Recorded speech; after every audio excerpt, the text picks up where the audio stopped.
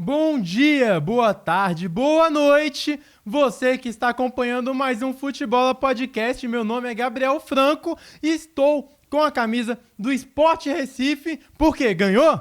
Não, mas é por isso que eu estou com ela, para dar aqui alguma vitória ao Sport, que ainda não conseguiu sua primeira nesse Campeonato Brasileiro. Rodada, não vou mentir pra vocês, não foi uma rodada cheia de futebol, não foi das melhores atrativas, mas a gente tem que estar aqui pra comentar e explicar, porque em meio a uma rodada confusa, a gente continua com o lema. Pra qual time você torce? Eu não sei, mas ele é o pior do Brasil, porque aqui o pior time é o seu. Então acompanhe com a gente, se deite e se enrole nesse lamaçal de futebol para a gente começar a falar sobre a 18ª rodada do Campeonato Brasileiro. Já vamos começar logo com o melhor jogo mais aguardado dessa rodada, que foi um Cruzeiro e Botafogo, na verdade um Botafogo e Cruzeiro, 2-0 pro Cruzeiro cabeludo, cabuloso time de Minas Gerais, não pode perder jamais. Cruzeiro 2-0, é uma partida que eu esperava mais do Botafogo.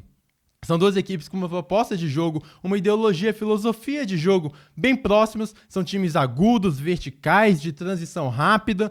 A gente pode ver muito isso no time do Cruzeiro, que não tem problema nenhum em se abdicar da bola. E a gente pode ver isso no Botafogo Way, que é como o John Textor aí chama a filosofia do time, campeão da Libertadores do Brasileiro. Um time de transição, um time que também não faz questão de ter a posse, muito rápido e muito vertical. Porém, um é o começo de trabalho do filho do Ancelotti, o Ancelotinho, e o outro é um Cruzeiro que jogou bem melhor a partida. Conseguiu anular os pontos fortes do Botafogo, um Cruzeiro que vinha de uma sequência já derrapando contra o Ceará ali, teve a questão do Corinthians, mas consegue arrancar a vitória que deixa tudo igual o número de pontos com o Flamengo, são 37 pontos. Destaque a gente tem para alguns o Kaique tomando posição, ele é um cara muito agudo, um cara muito vertical, que dá aquela fumaça nos lados do campo. A gente tem um Christian que faz muito bem função defensiva e o Caio Jorge, que foi muito bem, mesmo não marcando, deu assistência pro segundo gol do Matheus Pereira. O Cruzeiro abre 1-0, o Botafogo até começou a partida tentando imprimir algum ritmo, não conseguiu chegar a resultado, foi um jogo bem abaixo do Botafogo, abaixo do Alan, precisa de pontas, tá? Esse time do Botafogo precisa de pontas, sou apaixonado no futebol do Montoro, na frente era o único que tinha um pouco mais de lucidez, o Arthur Cabral também, a diferença do Igor Jesus, né? O Igor Jesus, por mais que ele não fosse um grande goleador, ele era um cara que dava ritmo no jogo, que aproximava, que combinava jogadas com seus companheiros. O Arthur Cabral não, é um cara que fora da área, ele é menos perigoso, ele é mais um finalizador e o Botafogo perde nesse quesito. O Arthur também não fez uma boa partida, mas do lado do Cruzeiro, a sua proposta deu certo. O que o Cruzeiro queria fazer, fez. O Botafogo não conseguiu chegar a esse ponto. É um Cruzeiro que se sente muito bem jogando de forma reativa, quando não tem necessariamente que propor o jogo, acha os espaços, mas o segundo gol, o primeiro teve até um erro na saída do goleiro John, que não ficou parado, mas saiu errado do Botafogo, mas o segundo gol realmente não pode acontecer. Um contra-ataque que o Caio Jorge puxa sozinho, ele perde o ângulo, vai praticamente na linha de fundo, tinha 3 jogadores do Botafogo dentro da área contra apenas o Matheus Pereira lá dentro, a chance de cortar, não fez, cruzamento, ela passa dos 6 jogadores, acha o Matheus Pereira que faz o segundo gol e mata, um jogo muito abaixo do Botafogo, que por essas e outras acho que o Brasileirão vai ficar um pouco difícil aí pro time alvinegro carioca, porque não vejo essa constância, essa estabilidade, porque muda técnico, reconstruiu o time, é um time que agora está sendo reconstruído em agosto, a temporada do Botafogo está praticamente começando em agosto, por esses quesitos, acho que não vai dar para brigar. Já o Cruzeiro, olha, olho nesse Cruzeiro, acho que vai ser o grande desafiante aí para a dupla Flamengo e Palmeiras, por mais que tenha derrapado, vai acontecer esse momento de estabilidade, não tem um elenco tão recheado assim, os jogadores do banco ainda penam um pouco para chegar ao nível dos titulares, porém é um time muito bem treinado, é o melhor trabalho até aqui de um técnico no Campeonato Brasileiro, na minha opinião, do Léo Jardim. Como é bom, Léo Jardim, como tem ideologia, como tem face esse time do Cruzeiro, 2-0 para cima do Botafogo. Agora vamos falar de São Paulo 2,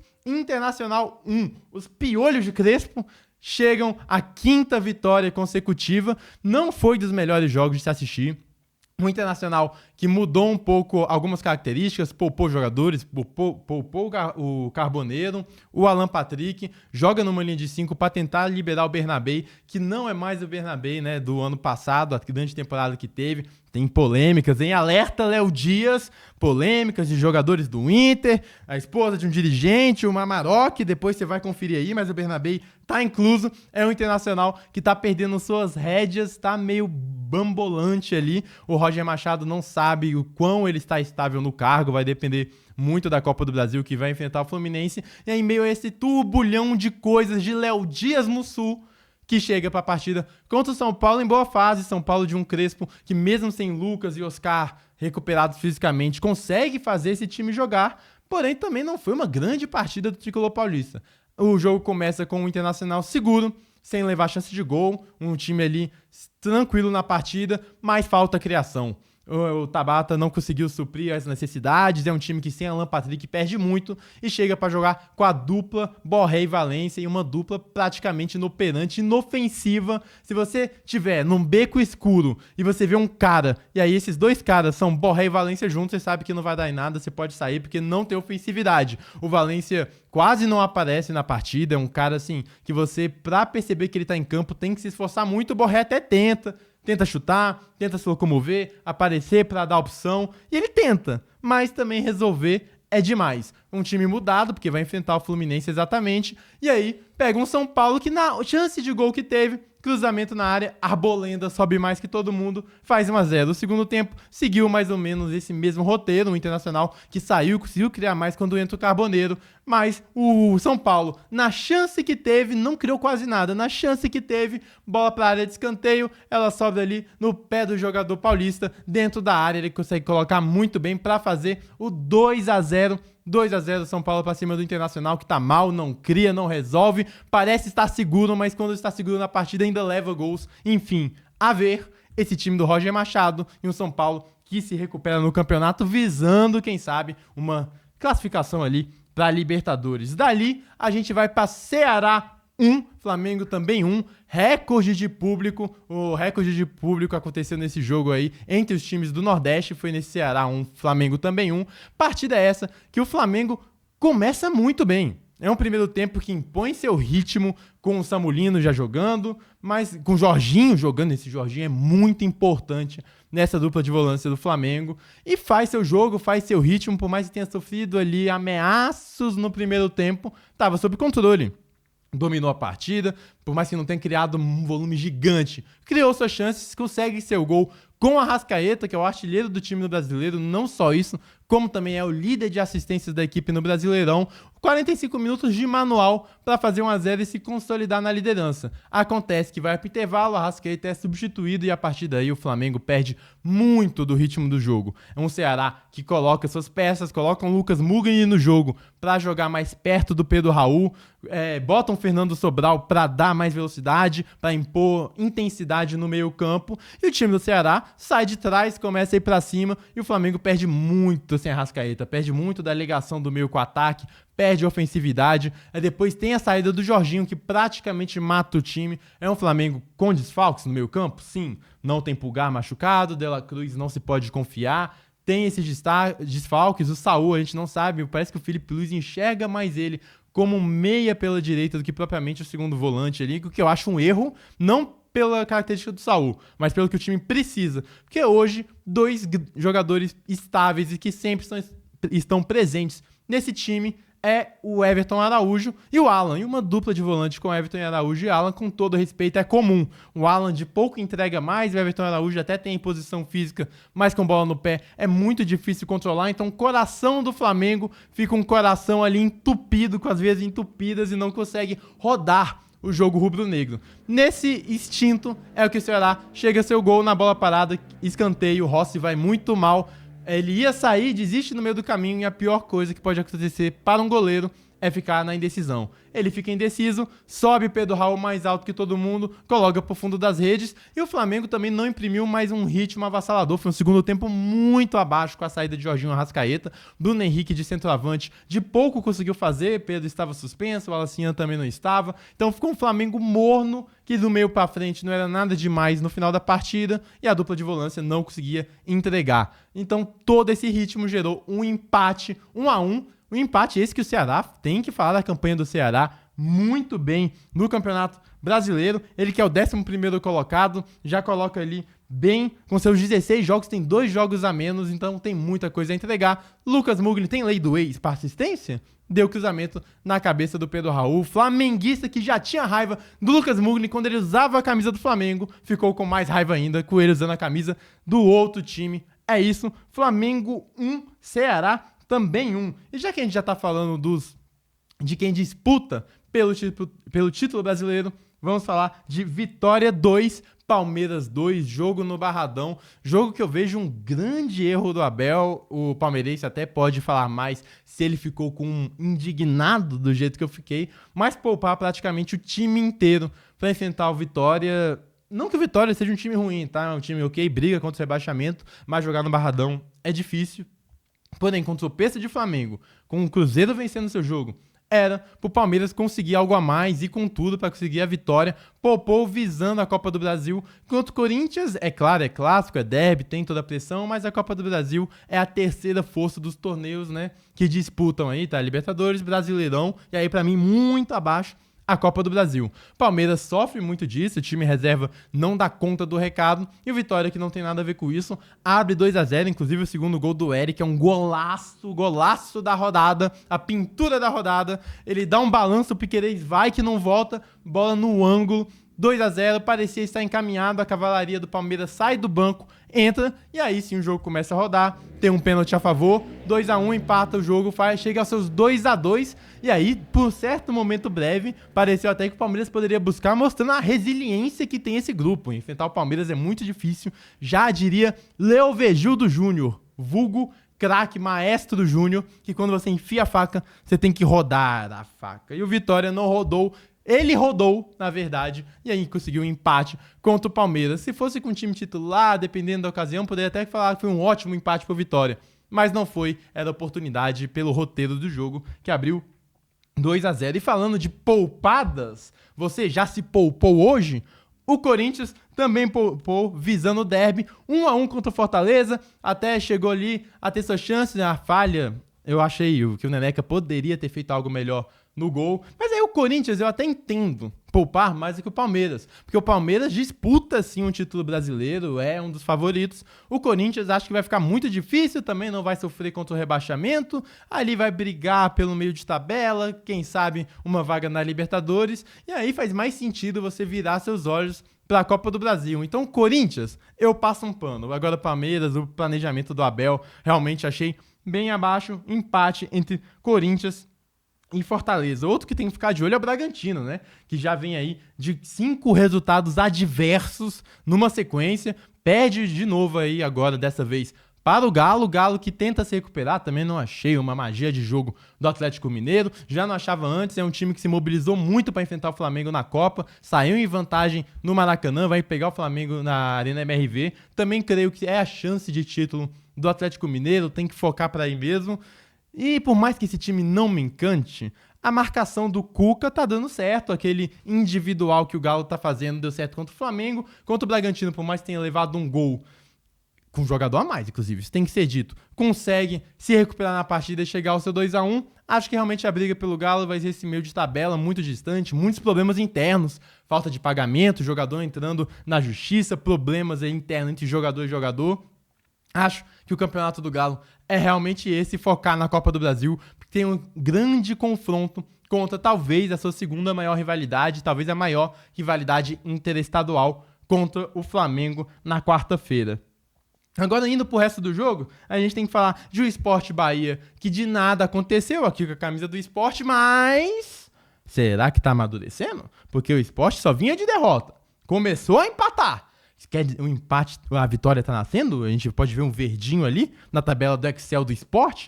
Não sei, mas tá em busca da sua primeira vitória no Brasileirão. Tem 6 pontos, todos vindo de empate, mas não contra o Bahia, que é impressionante como não consegue emendar uma sequência. É um time que joga bem, é um time com qualidade, é um time com meio campo muito forte, que agora tem ali no Pulga também uma boa força, tem um atacante, o Lúcio, fazendo gol.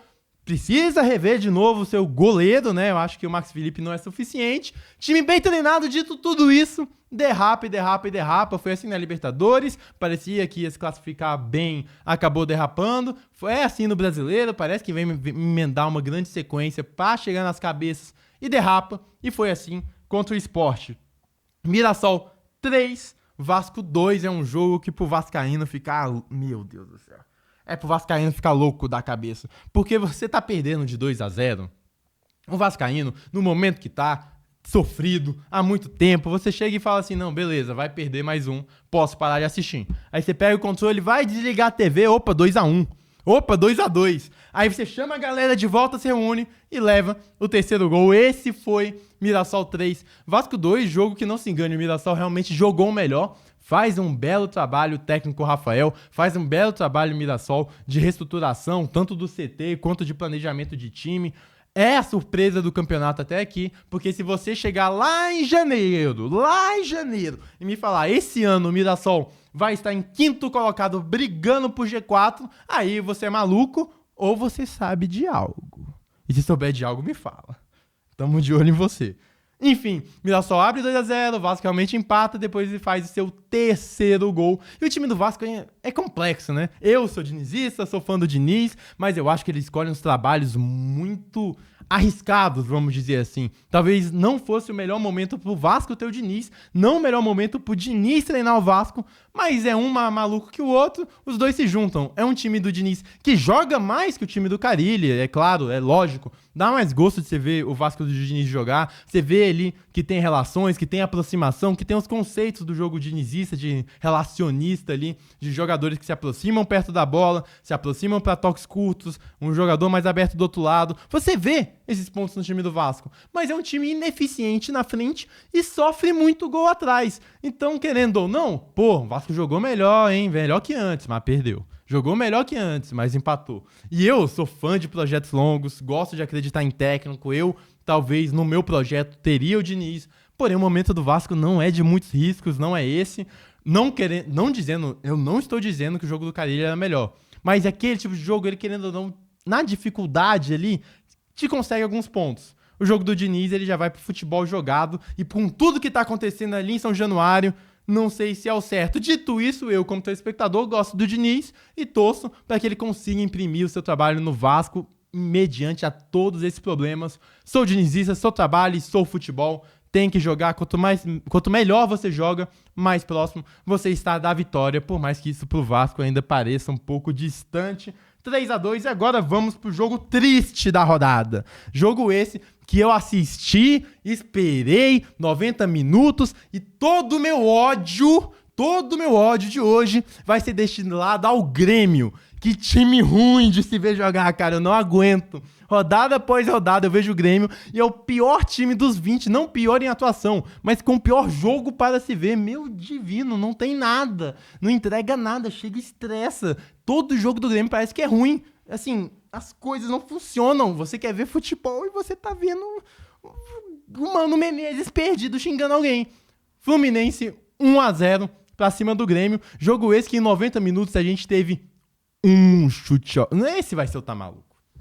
Eu vou deixar isso pra depois. Eu vou deixar isso pro Tá Maluco. Já eu falo sobre isso. Mas foi 1-0 pro Fluminense. O Grêmio de nada criou. O Fluminense de nada fez um jogo arrastado que eu vou guardar pro Tá Maluco. Vão ter 2 aí, Express. Então, essa foi a 18ª rodada. Eu estou gravando aqui enquanto está tendo Santos e Juventude. Finalzinho do jogo, o Santos ganhando por 3-1, jogando o Vasco pra zona. Complicada a situação, mas chegou o momento.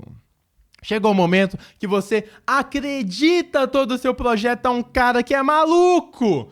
E o jogo não funciona e você leva 3 do Mirassol tendo empatado o jogo. É o momento que você não aguenta mais o que está acontecendo, porque o seu time começa a jogar no mês 8, em agosto. Um bilionário americano falou que você só vai começar a jogar no mês de agosto e você perde pro Cruzeiro. Você pode assumir a liderança, mas seu time poupa todos os jogadores. E aí teu time é o time mais rico das Américas e tem uma dupla de volância que é de Alan e Everton. Esse é o momento que você pega a sua cabeça, fica estressado, olha pra parede de chapisco lá da sua casa de campo, você olha e você arrasta pra cima e pra baixo umas 10 vezes pra ver se a dor do chapisco tira a sua loucura, seu momento louco, tá maluco da semana. Ia ser pro Davidson, porque como é doidinho o Daverson, né? Olha o Daverson cavando mais um pênalti. Ai, olha o Daverson pisando no próprio goleiro pra tentar ludibriar a arbitragem. Cara, chega uma hora que deu, né? Eu entendo que o Daverson é divertido, que o Daverson tudo mais, tem coisas não realmente engraçadas que ele faz, ele tem um parafuso a menos de fato, mas tem hora que ele tá agindo com todo respeito, O futebol não é um circo pra ele ser um palhaço. Aí ele começa a cavar pênalti com VAR, já começa a atrapalhar a arbitragem. Aí só que pro Daverson ainda tem uma passagem de pano, né? Ai, olha como ele é doidinho. Ai, olha como ele é engraçado. Ai, e tá lá pisando no próprio goleiro. Cara, o jogo dá até raiva, porque às vezes o time dele, o Fortaleza, tá perdendo a partida, o time tá mal e ele tá lá. No incrível mundo de Daverson e nada acontece. Esse ia ser o Tá Maluco. Mas eu lembrei o tanto que eu me revoltei ao passar 90 minutos um jogo e só ter um chute ao gol, que foi o gol do Everaldo em Fluminense e Grêmio. E sabe o que é o mais maluco? Porque eu não sou o torcedor do Grêmio. Eu imagino a cabeça do torcedor do Grêmio que parou pra ver esse jogo no sábado à noite. Parou tudo. Não vou sair esse sábado à noite porque é jogo do Grêmio. E tem que ser. E vamos lá. Aí você vai ver, teve um chute no gol. E quer saber qual que é o pior? Teve um pênalti na partida, e nem o pênalti foi no gol. O Everaldo chutou pra fora. Não teve mais chance, não teve mais chutes. 1-0 do Fluminense. Isso não tá maluco que eu me compadeço com a torcida do Grêmio, porque é loucura. Torcedor gremista, você tem a permissão hoje de arrastar 10 vezes a cara no chapisco. Esse é o Tá Maluco, esse é o Futebola. Essa foi a 18ª rodada do Campeonato Brasileiro. Falamos de golaço, falamos aqui do Tá Maluco. E você fale o que quiser aqui nos comentários, dá um like, compartilha. O que você achou dessa rodada? Na minha opinião, bem fraca. Até por termos Copa do Brasil aqui nesse meio de semana, muitos times pouparam, pouquíssimos bons jogos, né, Grêmio, né, Mano Menezes. Então você me fala o que te deixou maluco na rodada, quando que o Sport vai conseguir esse verdinho, e quem vai ser o primeiro a dar pro Sport esses 3 pontos. Me despeço daqui. Lembre que o pior time do Brasil é o seu. Mas meu time é líder do Brasileirão, é o pior. Mas meu time tá na Libertadores, é o pior. Mas meu time, seu time é o pior, cara. Não tem problema, o meu também é. O de todos nós somos. Então é isso, acompanhem com a gente, dá um abraço aqui e siga, porque já a gente tem aí no TikTok, Instagram, @fute.e.bola, mandando tudo que vai acontecer. E só um parênteses antes de finalizar, teremos Ceilândia e Água Santa no Abadião, que tá todo mundo convocado, estarei lá. E palmas para o nosso futebol feminino, verdade, pra Marta, rainha, gênia, melhor da história, 2 gols, Brasil campeão da Copa América Feminina pra cima da Colômbia. São 9 títulos em 10 edições. É isso, daqui eu me despeço, valeu, muito obrigado, é isso e tchau.